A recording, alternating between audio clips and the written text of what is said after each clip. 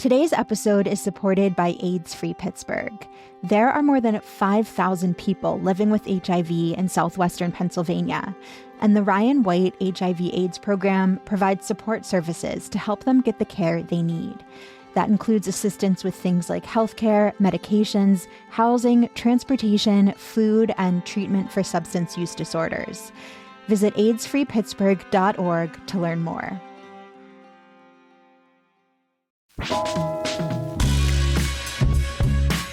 This is CityCast Pittsburgh.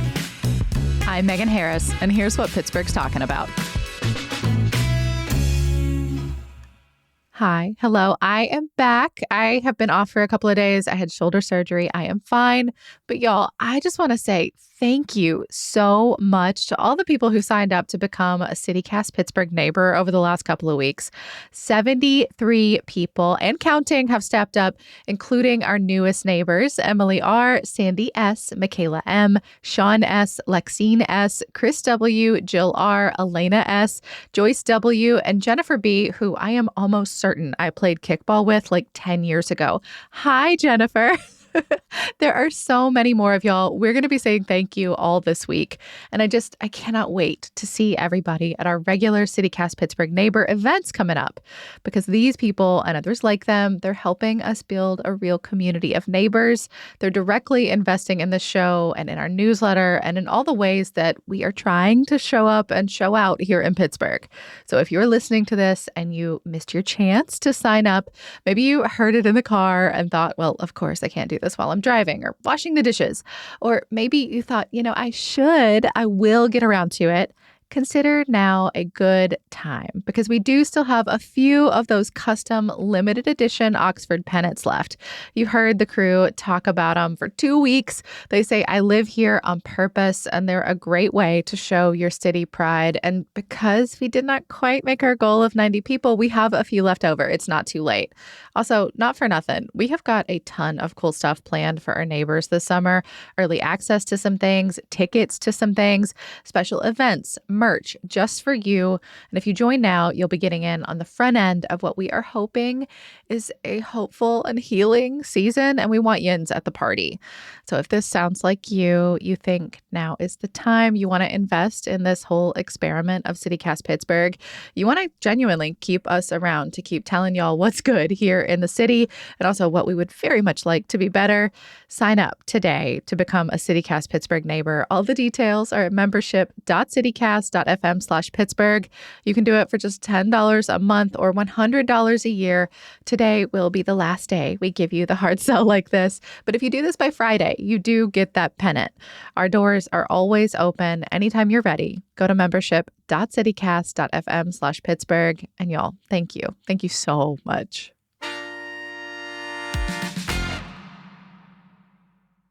Gimmicks aside, what are y'all's go-to ballpark snacks, like usually?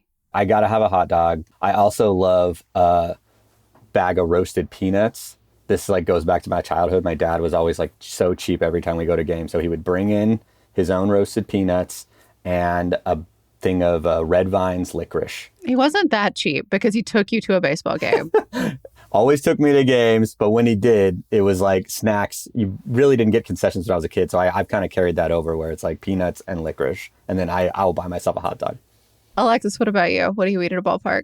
Most events, I'm just a chicken tenders and fries girly. I'm just very basic. Like any concert, any arena, I just feel like it's safe. You can't really mess them up. They're going to be good. It's good drunk food too. Like if you're drinking and you got the greasy chicken tenders and fries. I don't eat beef, so I don't really do burgers. And I don't eat pork. So the chicken tenders and fries is always just where I need to be. I like that we're prioritizing safety right off the bat. Yeah. I'm with Axios Pittsburgh's Alexis Johnson and Ryan Dito. We're going to talk about the Buccos, what you need to know to have a good time, but mostly what's worth eating and maybe drinking if you're going to go to a game this year. So I guess we'll start how are y'all feeling about baseball in Pittsburgh? Are you hopeful? Do you go to games? Level set for me. I go to games. I haven't been this year yet, but I hope to go soon. I mean, I was hopeful last few years, and April is usually pretty good, and it's good again this year. So I'm still waiting to. You want to have your soul crushed before you pay them money and go to a game? No, I think that they're off to a very good start. Their lineup, their free agent additions are paying off so far, which looks great. Pitching is solid, which is the kind of backbone of the team.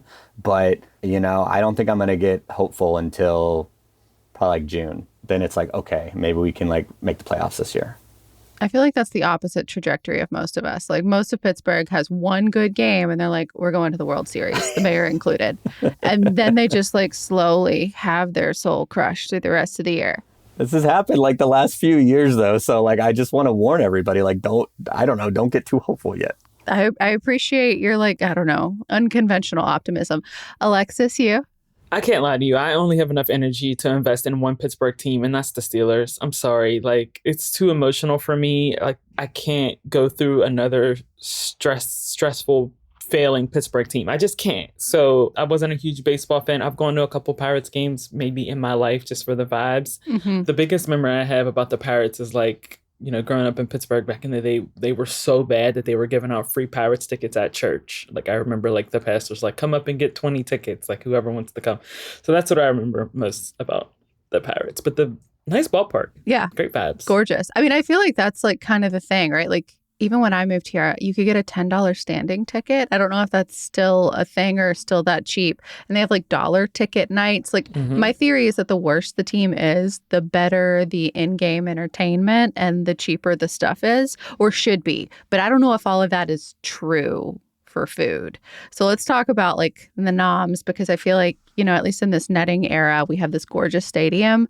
And now we have like this marketing engine around like bringing in like niche food. So what's hot or not this year? We'll start with like entrees, that kind of thing. What's a heavy hitter dog, and is it any good? I love this one. This is a heavy hitter dog. It's a footlong corn dog. So that's already a novelty there, right? I think that these are hard to find. Like, I love corn dogs, but it's always just like the whatever little one or you see at the fair. This one's foot long. You'd beat a standard size corn dog. It's not just little. It's little. It's too little. It's little compared to this one. I tell you that. Like, you can't even put it on a stick. You have to put it in a boat. It's not your typical corn dog. Yeah, and I don't know. It's just like good batter, good dog. And this is actually where their marketing screwed up a little bit, because when they told everybody, they said it was a pico de gallo that's on there, which is a typical, very refreshing Mexican salsa. That's not what it is. It's actually a pickle de gallo. It is a pickle salsa. That is so different. It is so different. I don't know, like Aramark, their concessionaire, like was just like, well, whatever. And it's like, no. You need to tell everybody that it's a pickle salsa. What if I had a pickle allergy and you didn't tell me? I'm thinking I'm eating fresh tomatoes. Yeah. Or on the flip side, like every boomer in Pittsburgh I know is afraid of spicy food. So I feel like they'd hear pico de gallo and be like, hard pass, thank you. Exactly. True, So it's actually a pickle salsa that goes on, which is it's kind of just like a more refreshing relish. Okay, what about a coop puppy? Was that the chicken sandwich? Mm-hmm, yeah. Mm-hmm. So if you heard coop puppy, like, would that make you think it was a chicken sandwich? I think they tried to spin it with like the coop, and then the puppy's like a dog, because is it like a Coupe de Ville type thing? Is like that? Is it a tie-in? It's not related to Coupe de Ville. So what the heck? It's not a hot dog. A chicken tender. Was it on a hot dog bun, right? It was on a hot dog bun. It was like on a hot dog bun, right? It's a chicken tender on a hot dog bun. So they're trying to blend in puppy and coop. Terrible. They went name. too hard on that pun. They went way too hard, but honestly, it wasn't bad. It was nice. It was crispy. It was juicy.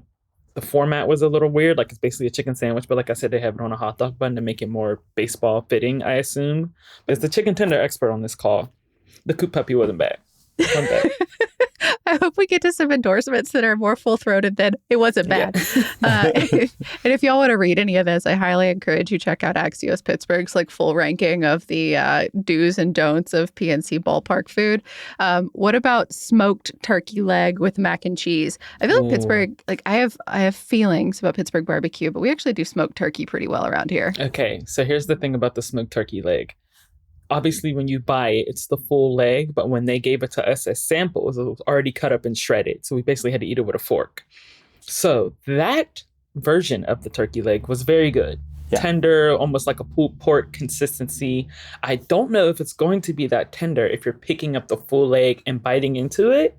That was my only concern. Like, is this a misrepresentation of the consistency? That would be a definitely different experience than what we had. Correct. Is like picking it up and eating it. But but I agree that the flavor was there. The texture was good and charred and like a little chewy and like had all that like kind of good barbecue-ness to it. But I don't know. I agree with Alexis. A little harder to eat. Yeah, and I think the one complaint I had was like, I'm not going to a baseball game to eat mac and cheese. That was my thought. Like, it just, I mean, it's fine in April, but by July and August, the last thing I want is hot food on a 95-degree day. Yes. Or just finger food only. Like, I don't want to use a fork. I said this in our story. No forks at the ball game. Like I said, like chicken tenders and fries, hot dog, corn dog. I don't need to be like scooping up mac and cheese while I'm watching a game. I just feel like it's the wrong setting for that.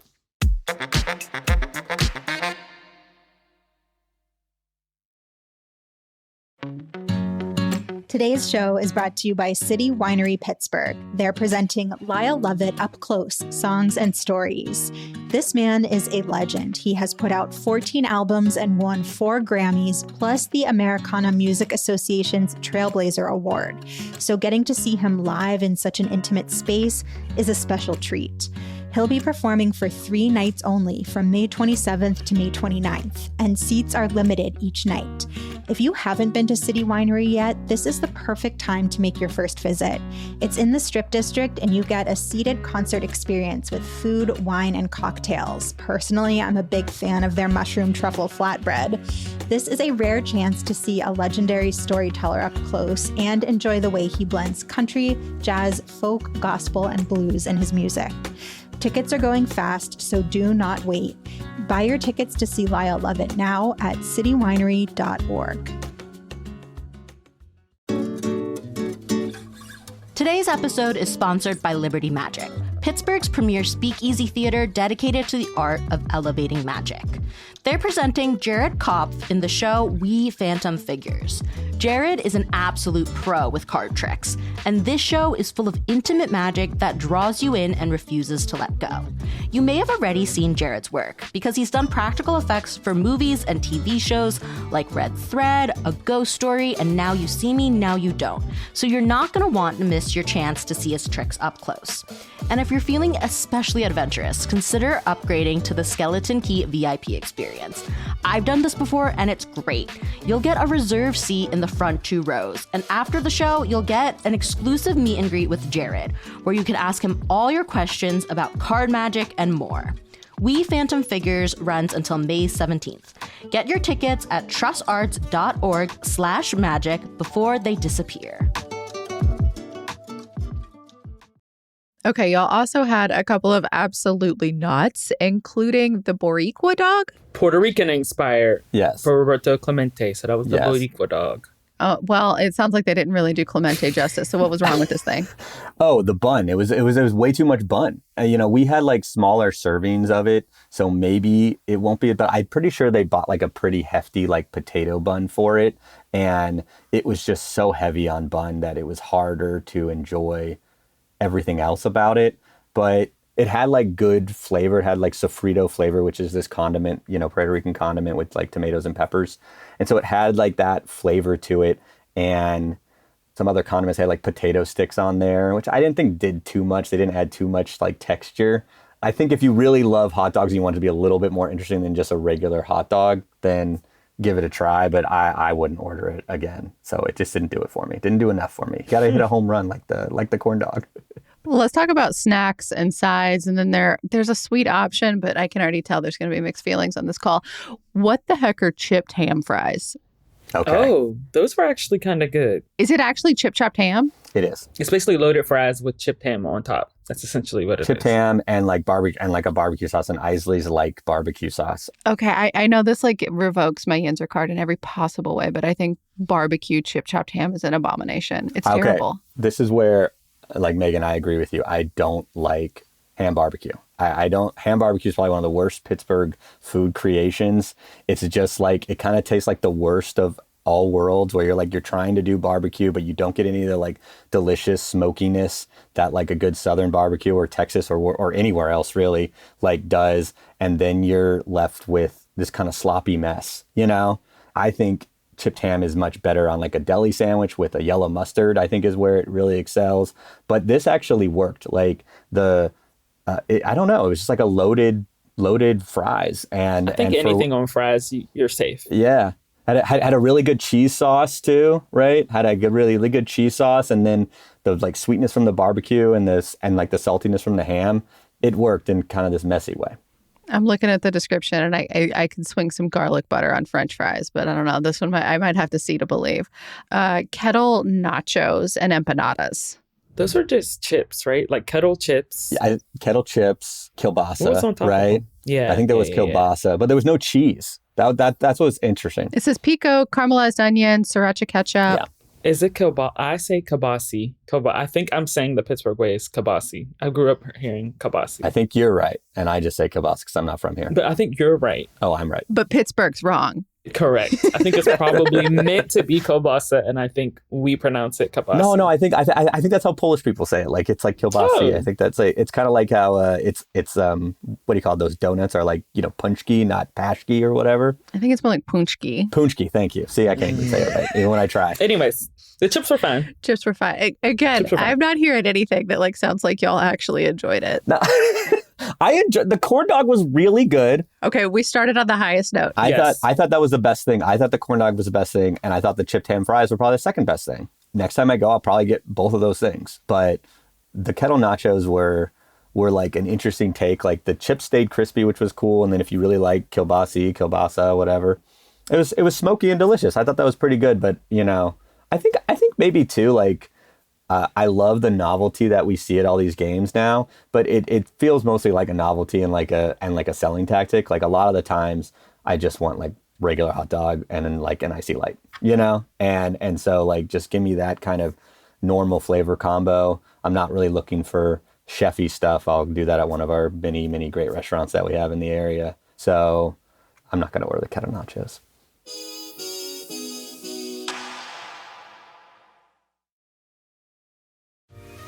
Today's episode is sponsored by the Pittsburgh Power and Fitness Festival. If you're into fitness or even just getting started, you need to check this out.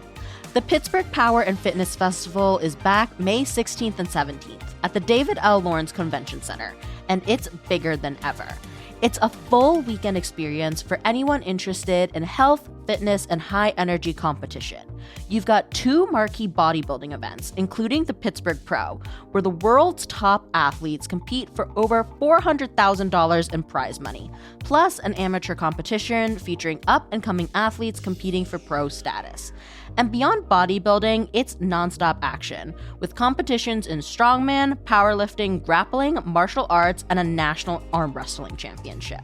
Plus, a massive expo with 100 booths featuring supplements, fitness apparel and equipment, and appearances by fitness celebrities. Whether you train seriously or just love the lifestyle, the Pittsburgh Power and Fitness Festival is the place to be. Tickets start at just $30. Grab yours now at pittspowerfit.com. That's PITTS powerfit.com. What about cold pierogi salad? I saw that one is on their like the PNC Park website. Yes. But it sounds like maybe y'all didn't get to have that. They didn't serve us that one. Mm-mm. And I was actually legit excited for that one too. But I have not tried that one. They did not serve that at the preview event. So I'll have to try that when I go. They weren't ready for you. What about empanadas? Can PNC Park do an empanada? I think we are a little split here. I appreciated the empanadas because they had a vegan option, which I think is praying that that's the one we got. And I think the other one was chicken, right? So one was chicken. That's not the one they served us. They served us the vegan one. Are you not sure which one you got? Because that tells me a We lot. definitely got the vegan option. At first, we weren't. We were like, it is was this like an meat? impossible meat. It was like an impossible meat inside. It was not chicken. And then once we read it, we were like, oh, the other option is chicken. So we must have gotten the vegan one. And it was good. No, actually, no. You know what? I'm getting the beignets and empanadas confused. The empanadas were also quite good. They were really crispy. Yeah, they were and good. like they had that like bubble crisp, like dough. You know, and it's like really crispy. And that's like kind of hard to pull off. So those were quite good. And last year they had chipped ham empanadas instead, which were awful. They were disgusting. Like, so this time, empanada upgrade for sure. The filling was good. Well, and you sort of previewed this, but there's also beignets. It's like their effort towards a sweet treat that's not ice cream. This is the only thing in this whole menu that I've actually had for myself. Those were not good. Oh, thank God. God. Okay, yes. They were not good. They're just not. Good. They're not They were beignets. not good. Like Nutella on a spoon would be better. They're little donuts. They're donuts at best. There was barely any Nutella. If you go on our Instagram, we did a rankings video, and you can see me break open the beignet, and there's like a dot of Nutella in it. It's very embarrassing that they would say it's a filling. It's not a filling. And it was just like a basic powdered donut. Like, it was but worse, basic. I would say. Like, yeah, it was kind of I'd rather dry. have like a tasty cake or like a Edam's donut boxed than any of those. Yeah.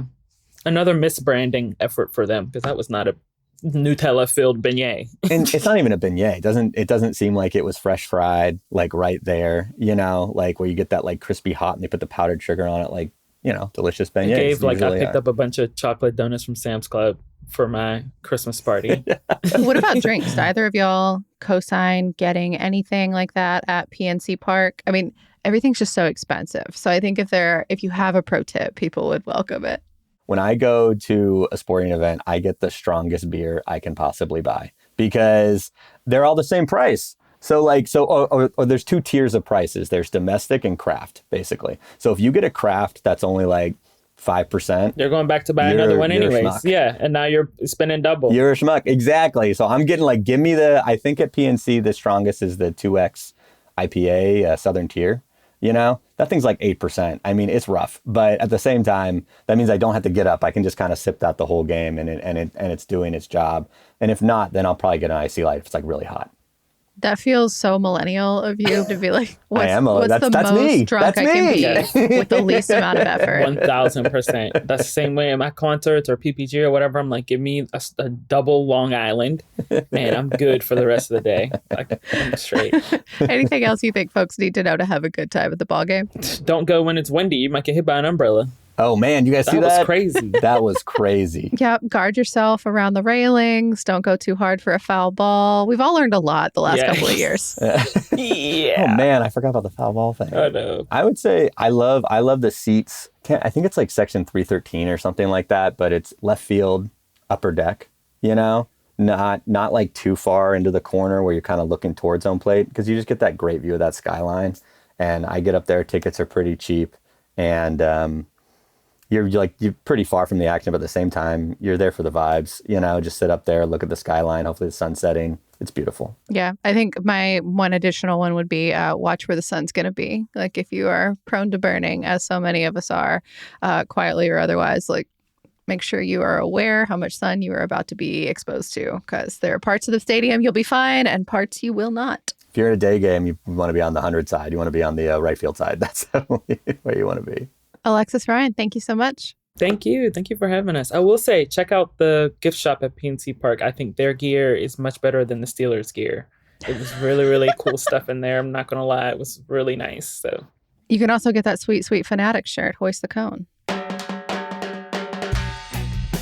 That is all for today here on CityCast Pittsburgh.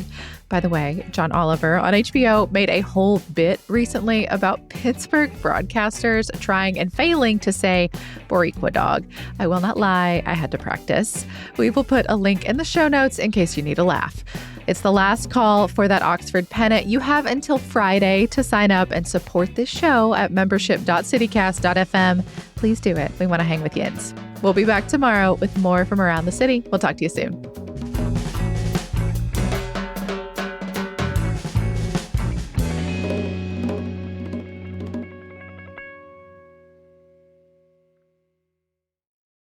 Alexis, actually, I will tell you, parent to parent, if you're still rocking that stroller game, they don't check a thing. You can bring in anything you want. You could have a So 4-course smart. meal in there. They won't nice. ever know. Yeah, because those prices,